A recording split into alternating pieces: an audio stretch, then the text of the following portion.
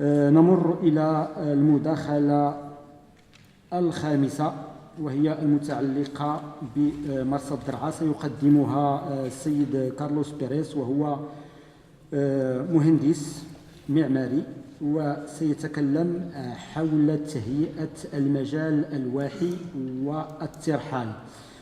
La cinquième intervention sera présentée par M. Carlos Pérez. Je rappelle que M. Carlos Pérez est architecte Marsad Draa. Il va nous parler sur l'aménagement des territoires oisiens et nomades. À vous l'honneur, M. Carlos.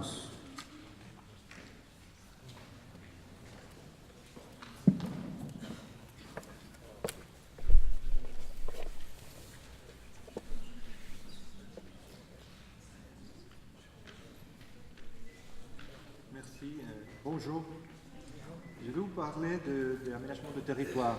C'est un thème un peu d'actualité puisque depuis quelques mois que toutes les régions du Maroc se mettent à développer des schémas régionaux d'aménagement, ce qui est un document un peu innovateur parce que jusqu'au présent on avait que les SDO, les schémas directeurs d'aménagement urbain qui après on pouvait développer dans les plans de zonage, les plans de développement, les plans d'aménagement. Et un des problèmes qu'on a détecté d'après déjà 8 ans de recherche dans différentes régions du Sud, c'est qu'une fois que les SDO ont été faits, et en concret celui-là de la vallée du Draa, il est très bien fait, il est très intéressant, il apporte pas mal des informations, mais le problème c'est que quand on descend à une autre échelle, une échelle beaucoup plus concrète, c'est là que, entre la manque de coordination entre les différents ministères et puis la manque de connaissances des personnes qui doivent mettre en place les plans d'aménagement, c'est là que pas mal de grands mots et pas mal de stratégies tombent à l'eau parce qu'ils n'arrivent pas à comprendre qu'est-ce que ça veut dire une région comme celle où nous trouvons. Parce qu'en fait, on parle beaucoup d'urbanisme oisien, mais à fin de compte, je me suis rendu compte que la plupart des gens, que ce soit des autorités, que ce soit des personnes qui habitent dans ces régions-là, surtout avec des architectes qui viennent de Rabat, de Casablanca, ils n'arrivent pas à comprendre qu'est-ce que ça veut dire vivre dans une oasis. Parce qu'il ne s'agit pas de développer des plans d'aménagement dans des zones où il y a à côté un oasis. Une oasis, c'est beaucoup plus compliqué. Il faut aussi travailler avec des hydrologues, avec des ingénieurs agronomes, avec des sociologues, avec des historiens pour pouvoir comprendre un minimum qu'est-ce que ça veut dire vivre dans une oasis. Dans la vallée du Draa, on parle de la vallée du Draa, mais au fait, il y a 6 palmeraies. Et chaque palmeraie, bien évidemment, ils sont connectés, mais on peut les considérer comme des éléments des entités autonomes. Ketawa. Le palmeraie de Ketawa, normalement, les touristes, ils ne connaissent que Tagonite. Après, et même les architectes, Tagonite qui a été fait sous les bords de la palmeraie, mais à l'intérieur, on peut trouver presque 70 oxos de Zawaya Torkasabat, qui constituent vraiment un système qu'on ne trouve pas ailleurs au Maroc, parce qu'on pourrait dire qu'il s'agit d'une espèce de métropole, à une échelle où ce qui est important, ce n'est pas l'aménagement de ces petits villages, mais comment ces ressources ils sont relationnés les uns par les autres, comment les gens ils se déplacent, comment les gens ils vivent, et c'est vraiment un modèle qu'il faudrait étudier, qu'il faudrait protéger et qu'il faudrait exporter. Parce que sinon, qu'est-ce qui se passe aujourd'hui? Normalement, les architectes, ils arrivent, si jamais ils arrivent, parce que parfois ils font leur projet depuis Rabat, Casablanca, mais ils ne connaissent pas la réalité, ils ne connaissent pas l'histoire, ils ne connaissent rien du tout sur les oasis. Eux, ils voient quoi? Cette photo aérienne de Benizoli, ils voient qu'il y a une extension où on peut faire des aménagements, on peut construire des maisons, et la palmeraie, c'est quelque chose qui reste d'un côté. Si on continue comme ça, un jour, on va se retrouver avec une ville de ce type-là, au lieu de nous retrouver dans des villes qui continuent les mêmes principes, les mêmes idées, la même philosophie qu'on peut voir dans la palmeraie de Ketawa, un peu moins même Hamid, mais aussi Fezouata, ou même Ternata. C'est-à-dire, des villages où les gens ils habitent à l'intérieur de la palmeraie. Parce que la palmeraie, d'abord, ce n'est pas parce qu'il peut nous nourrir, mais aussi il peut nous protéger du vent, du sable, de la chaleur, de beaucoup de choses. Et il ne s'agit pas, attention, il ne s'agit pas maintenant d'abattre des palmiers pour pouvoir construire des maisons, ce que malheureusement on fait déjà pas mal, mais il s'agit tout simplement de reforer cette extension qu'on a perdue parce que, à cause de divers éléments, que ce soit la sécheresse, mais aussi l'immigration ou tout simplement l'abandon de l'agriculture comme moyen de vie. Et après, ce qu'il faudrait faire à l'intérieur, ça serait des petits quartiers.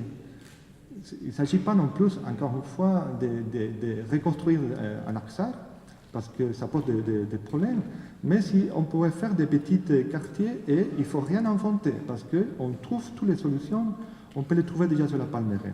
En concret, à côté de Benizoli, vous connaissez sûrement Tarjelil, qui a été abandonné dans les années 80, dû au crue de Oueddra, et que les habitants se sont déplacés, ils ont construit un nouveau quartier juste à côté. Un quartier qui n'a pas été fait, heureusement, par des architectes, mais tout simplement, ils ont utilisé les savoir-faire et l'expérience de vivre dans un Aksar. Ils ont gardé ce qui était bien, ce qui marchait bien, et après, il ne faut pas oublier qu'un Aksar, il avait des contraintes, surtout des militaires, parce qu'à un moment donné, jusqu'aux années 30, 40, il y a eu encore des conflits entre les tribus. Et aujourd'hui, ce quartier-là, qui est fait en terre, il montre aussi des solutions et des échelles, surtout des échelles urbaines, qui n'ont rien à voir avec ce qu'on peut voir à Tinzolin, à Zagora, à Tamkrut, dont on parle des endroits. Même aujourd'hui, cette photo, je l'ai prise hier à côté de Benizoli, des petites ruelles qui ont été juste couvertes, et j'ai parlé avec les gens. Non, il m'a dit que c'est mieux pour l'été, ça fait moins chaud, ça améliore un peu les conditions, et c'est une photo qu'on pourrait trouver sur Doxas, sauf que là, au lieu d'avoir 1 mètre, 1 mètre et demi, on peut avoir 2 mètres, 2 mètres et demi. Parce que sinon aussi, si on continue à faire les aménagements n'importe comment, en les traitant comme si c'était un quartier des grandes villes comme Marrakech, Casablanca, Rabat, et ça va être la catastrophe dans l'avenir. Au fait, à fin de compte, il faut apprendre ce qu'on peut faire avec les oasis. Mais en dehors des oasis, qu'est-ce qui se passe? Normalement, on pense que les gens ils habitent que dans les oasis. Moi, j'ai croyais ça la première fois que je suis arrivé au sud en 2010. Et je croyais que c'était impossible de vivre en dehors des oasis. En dehors des oasis, on devrait aussi développer un aménagement nomade, qui n'a rien à voir avec l'aménagement des oasis, mais qu'il faut le tenir en compte. Parce que vous le savez, il faut rien vous raconter, mais peut-être aux autorités, à décideurs qui viennent de Rabat ou qui sont à Rabat, il faut leur expliquer qu'il y a encore des nomades qui se déplacent avec leurs troupeaux, avec leur famille, qui construisent des petits villages et qui utilisent temporairement, mais qui sont toujours là. On considère des gens comme Mohamed, comme Sheikh, qui sont des pauvres qui n'ont pas des maisons, qui n'ont pas un lieu pour pouvoir rester, tandis que eux, ils sont des sages. Ils pourraient venir ici dans n'importe quelle université et faire des cours magistraux à propos de la botanique, à propos de la géographie, à propos de l'astronomie, à propos de l'histoire. C'est le cas aussi de Mokhtar. On parle beaucoup ici des liens avec Tombouctou. Mokhtar, qui habite à Mohamed, Ghizlan, lui, il peut vous raconter les chemins jusqu'à Tombouctou. C'est quelqu'un d'incroyable. Et c'est quand on marche avec des nomades qu'on comprend beaucoup plus de choses, mais des choses très très simples. L'importance d'un arbre. C'est comme cette talha ou acacia qu'on retrouve entre Mohamed et Sidi Naji, et comment un arbre peut devenir un habitat. Cela peut devenir vraiment un espace. Et de telle sorte que quand on a cette expérience, après en tant qu'architecte, on ne peut pas décider de planter n'importe quel arbre, n'importe où, de n'importe quelle façon. Un arbre dans les déserts, c'est quelque chose de très important. C'est aussi en parlant avec les nomades comme ce qui se trouve autour de l'oasis de Tirmat Akelmin, qu'on peut comprendre mieux quelle population est la plus affectée pour la sécheresse et aussi pour l'inaction du gouvernement. Et même quand le gouvernement il fait des actions par rapport aux nomades, ça ne fait que rendre la situation beaucoup pire. Parce que c'est qui s'occupe de l'entretien des puits? C'est qui s'occupe de défendre les intérêts des nomades quand les militaires ils décident de limiter les territoires sur lesquels les nomades ils peuvent traverser, en laissant pas mal de puits d'un côté et en faisant que les nomades n'ont pas accès à cette eau, et puis ils doivent faire un retour beaucoup plus large. Peut-être qu'il va falloir aussi les faire des châteaux d'eau dans certains endroits pour qu'ils puissent à un moment donné avoir accès à l'eau. Et qu'est-ce qui se passe avec l'éducation des enfants des nomades? Les nomades, ils nous racontaient que pas mal de ces enfants, ils décident d'arrêter la vie nomade parce qu'ils veulent étudier. Mais il pourrait avoir une espèce d'éducation spéciale pour les nomades. Au fait, cette photo que j'avais prise lors d'une caravane entre Rissani et Hamid, c'est près de Taouz, entre Hamlia et Taouz. Mais ici aussi, entre Hamid et Chegaga, il y a aussi des petits bâtiments construits par des associations qui parfois ils envoient des profs pour les enfants. Mais si on pense à une stratégie d'aménagement du territoire de toute une région, il faut penser aussi à ces questions-là. On pourrait parler aussi de la santé, on pourrait parler d'énormément de choses. Parce qu'au fait aussi, les nomades, c'est une source de sagesse, comme je disais, mais on peut apprendre comment on peut s'adapter à la nature, au lieu d'essayer que la nature s'adapte à nous. C'est ce qu'on fait normalement dans les projets d'aménagement, surtout des centres émergents de la vallée du Dra. Il faut parler avec eux pour voir quels sont leurs besoins, mais aussi il faut apprendre d'eux. Peut-être qu'après, dans les interventions, Saïd Razghi, qui est parmi nous, qui était le chef de la dernière caravane qui en a fait un groupe de chercheurs, il pourrait aussi parler un peu de cette problématique. Mais quand on parle des valeurs des oasis, de la vie nomade, qu'est-ce qu'on peut faire après par la suite? Dans plusieurs occasions, on a montré comment c'est un modèle qui pourrait être exportable. Pas mal de politiciens disent les mots développement durable parce que c'est à la mode. C'est bien de dire qu'est-ce que c'est le développement durable. Tandis qu'ici, le développement durable, vous le faites depuis des siècles. Mais peut-être que vous ne le savez pas. Normalement aussi, on regarde beaucoup à l'Europe, où il y a des standards, il y a pratiquement devenir les labels développement durable, c'est quelque chose malheureusement de bureaucratique. Parfois, je disais que si on prend toutes ces contraintes et on fait la notation de la ponctuation qu'on va avoir en considérant les oasis, peut-être qu'on va sortir de la table et me parler haut. Les Européens devraient venir ici pour pouvoir apprendre de vous. Mais si vous n'êtes pas conscient de ça et vous permettez qu'on continue à faire des aménagements qui n'ont rien à voir avec les lieux et que surtout ils font disparaître la palmeraie, on ne pourra pas continuer à vivre comme ça. Au fait, ce qui est bien avec des forums comme ça, c'est que la dernière fois, c'était en 2016, on a eu la chance de rencontrer certains cadres de Rabat et qui étaient très très sensibles à ces questions-là. On est parti même à Ketawa, on a visité certains endroits, on a visité Benisoli pour voir qu'est-ce qui ça veut dire vraiment l'urbanisme oasien. Et maintenant, cette personne, Sadiq Mounir, qui est l'inspecteur délégué du ministère de l'Aménagement dans la région d'Arla ou Dahab, il m'a fait appel. Et au fait, on a commencé à faire une réflexion avec les autorités régionales, parce qu'ils sont un territoire où il n'y a pas de villes. Ils développent des plans régionaux, ils se mettent à développer pas mal de zones côtières, mais lui, en tant que géographe, il dit c'est pas possible de développer qu'une partie. C'est comme ici, ce n'est pas possible de développer que la vallée du Dra. Il faut penser aussi d'autres territoires. Et aux gens qui habitent dans ces territoires-là. On est parti le mois de décembre à Auxerre, parce qu'à Auxerre, ils ont fait déjà quelques années un aménagement comme on pourrait faire n'importe où. Et qu'est-ce qui se passe maintenant? C'est que ça ne marche pas. et qu'il y a des bâtiments, le siège de la Provence, de la Maison de la Culture, tout est fermé. Et maintenant, tout est à Dakhla. Pour ceux qui ne connaissent pas Ossed se trouve à presque 300 km de Dakhla. À 300 km. Il n'y a pas de dispensaire, il n'y a que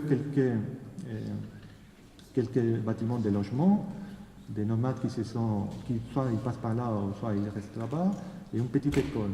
Mais l'aménagement, ça donne comme résultat cette petite ruelle. Si vous vous rappelez de cette image des petits quartiers qui ont fait à Benizzoli, ça n'a rien à voir. Cela n'est pas prêt pour ce type d'environnement. Des environnements, ici, vous pouvez avoir 45-46 en été, ici c'est la même chose, sauf que là, ils n'ont pas de protection ni des montagnes, ni des palmeraies. On ne peut pas vivre là-bas. Qu'est-ce que j'ai proposé? C'est d'abord, on va profiter des savoir-faire du sud du Maroc et on va appliquer ce qui marche, surtout dans les vallées. Et on va se mettre avec des chercheurs de plusieurs universités marocaines, avec plusieurs disciplines, on va se mettre à dire comment on peut faire une oasis là-bas.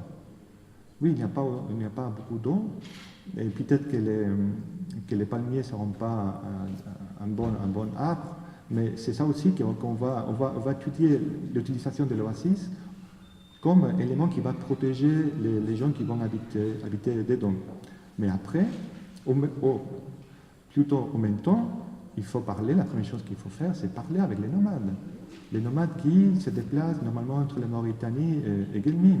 Des nomades qui normalement ils vont en 4x4, mais aussi avec les troupeaux. Il faut parler avec eux. On ne peut pas faire, je ne dirais pas une ville, mais une espèce de centre où les nomades ils peuvent venir pour diverses raisons sans penser à eux, parce que sinon les résultats c'est Ossed.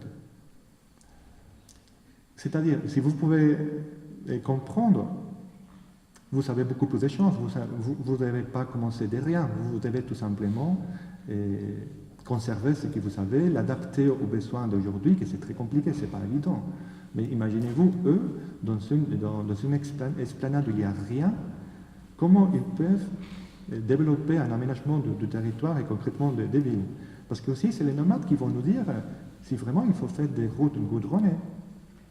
Moi, je me souviens, Saïd, quand il nous disait non, pour aller de Mohamed jusqu'au Zig, on ne va pas aller direct, parce que maintenant, il y a pas mal de touristes, et c'est un peu comme l'autoroute, bourré de 4x4, et même les nomades. Moi, en 2013, j'ai dormi avec des nomades, on était réveillés par des voitures qui étaient perdues, on a dû les faire signe, parce que sinon, il allait passer sur nous. Non la mentalité des nomades n'a rien à voir avec la mentalité. Et peut-être dans certaines zones, ils ne veulent pas avoir des routes goudronnées. Encore une fois aussi, il va falloir savoir qu'est-ce qui se passe avec les puits d'eau. Et il va falloir construire. Et bien évidemment, on ne va pas construire en béton. Et on ne va pas construire en béton, entre d'autres, parce que l'identité pour moi des oasis, c'est construire avec ce qu'on trouve. Si au-delà des oasis on trouve des pierres, on va faire les maisons en pierre, mais si on a de la terre, on va construire en terre. Et si on construit en terre, ce n'est pas que pour construire en terre, c'est aussi, normalement quand on parle de patrimoine en terre, on pense qu'au pisé, le prix d'adobe, mais c'est quelque chose de beaucoup plus complexe. C'est vraiment les meilleurs systèmes d'efficacité énergétique qu'on peut trouver, surtout dans cette région-là.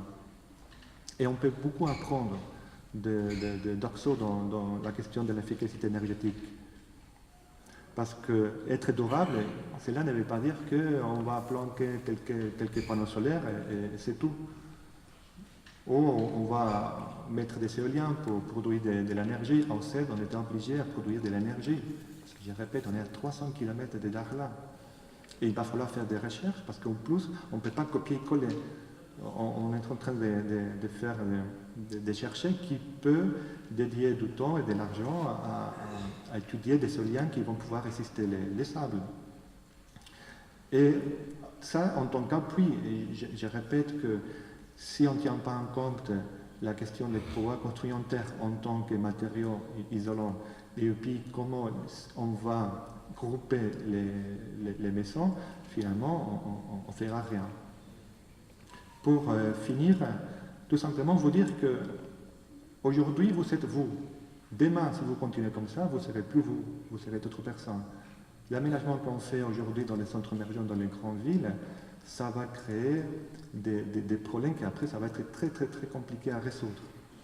Et moi, j'inviterai aussi aux autorités, surtout les responsables des plans d'aménagement, de prendre conscience, parce qu'après, il y a des appels au projet national, et les architectes, ils ne viennent pas ici, il faut les exiger un minimum de connaissances.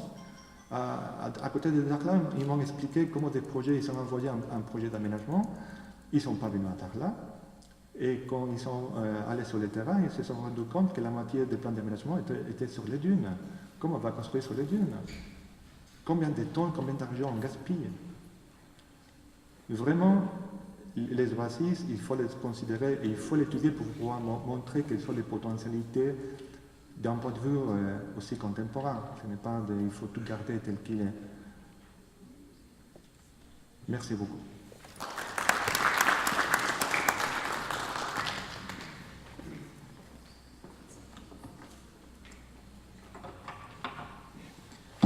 Merci, M. Carlos. Donc, pour votre intervention, vous avez vraiment soulevé une grande question à laquelle on essaie de trouver la solution depuis l'indépendance jusqu'à aujourd'hui. Parce que ce n'est pas toujours facile un peu cette question d'aménagement du territoire. إذا السيد كارلوس بيريز تكلم عن إشكالية يطرحها الواحد في مجال التهيئة العمرانية، وتكلم بشكل كبير على المخططات التهيئة التي تتم بها التي يتم إعدادها اليوم، بأنها في الحقيقة لا تستجيب إلى الوضعية التي تعرفها هذه الواحات، وفي غياب كذلك التعاون في مجال إعداد هذه الوثائق، لأن في الحقيقة تهيئة المجال يحتاج إلى تخصصات متعددة، من بينها ما هو هندسي، ما هو سوسيولوجي، ما هو أنثروبولوجي، ما هو تاريخي إلى غير ذلك، ونحن متفقون معه في هذا الاتجاه. تكلم كذلك عن عدم معرفة الواقع من طرف الدراسات التي تتم في هذه المواقع، وبأن عدد محاسن الواحة من جانب كذلك البيئي ومن جانب ديال الحماية من الرياح ومن الحرارة. ثم تكلم كذلك عن تهيئة في مجال إعادة البناء القصر، واقترح كذلك أحياء جديدة، بأن القصور اليوم كما تعلمون فهي فارغة، خاصة القصور التاريخية، وبأن يجب أن يكون هناك امتداد للقصر التاريخي عبر إحداث أحياء جديدة، ولكن بنفس التقنية اللي هي تقنية التراث، وكذلك الاستفادة من جميع التقنيات والمعلومات التي يمنحها القصر. ثم عرج على الموضوع الثاني اللي هو دائما نفكر داخل الواحة ولكن لا نفكر في خارج الواحة، وخارج الواحة دائما هناك تنظيم آخر، تنظيم متعلق ومرتبط بالترحال. ربما هذا سيطرح لديكم عدة تساؤلات، لأن ربما أنا أفتح قوس لأن أقول لكم هذا ليس موضوعا في الحقيقة اللي هو سهل، ولكن موضوع اللي هو صعب. وكان هناك مشروع كبير في بداية الألفية اللي هو تشجيع الترحال في الأطلس الكبير، ولا نعرف اليوم التقييم ديالو في الحقيقة اللي هو سنوات، لأن هذا كذلك موضوع حساس وموضوع كذلك ليس بالسهولة. ثم تكلم عن إدماج الترحال لاستخلاص الأفكار التي يحملون حول البيئة وحول المجال. ثم أعطى بعض الأمثلة العمل التي يقوم به مع بعض المؤسسات في منطقة أوسط. شكرا لكم. Donc merci Monsieur Pérez.